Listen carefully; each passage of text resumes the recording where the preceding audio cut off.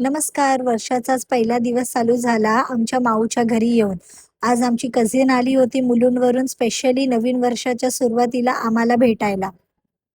गेल्या-गेल्या भूक लागलेली. पहिला हे पावभाजीवर ताव मारून घेतला आणि मग आम्ही बसलो आमचे गप्पे-शप्पे करायला. जसं तुम्हाला माहिती आहे मनाली मॅडमचं आता लग्न जवळ आहे. सो थोडंसं हे डिस्कशन केलं आणि खरंच आज एवढं बरं वाटलं ना पूर्ण फॅमिलीबरोबर टाईम स्पेंड करून.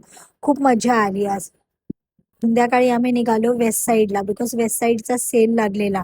पण बापरे! काय गर्दी होती. म्हणजे सेल नाही का फ्री मिळतंय असं. म्हणजे ट्रायल लाईनला मला वाटतं मी कमीत कमी अर्धा पाऊण तास उभी होते आणि बिलिंग लाईनसाठी तर विचारू नका. आणि हे बघा सेलमधून पण आमचं एवढं लंबचौडं बिल निघालो आणि निघालो आम्ही घरी. आज आम्ही केलं नानीच्या बर्थडेचं सेलिब्रेशन. नानीचा बर्थडे 2 दिवसानंतर होता. पण ती पण गावी चालली होती आणि आम्ही पण गुजरातला जाणार होतो. त्याच्यामुळे मम्मीला असं आम्ही सरप्राईज दिलं. मम्मीचं एकदम मन भरून आलं कारण की हे अनएक्सपेक्टेड होतं तिला. तिला वाटलं आम्ही गावावरून येऊन तिला बर्थडेचं सरप्राईज देऊ. नानीला तर आम्ही एकदम सरप्राईजवर सरप्राईजच द्यायचं ठरवलं होतं. मम्मीला आम्ही घरी आणलं, की आम्हाला काहीतरी काम आहे करून. मग केक कटिंग केला. त्याच्यानंतर हे खूप सारे गिफ्ट दिले.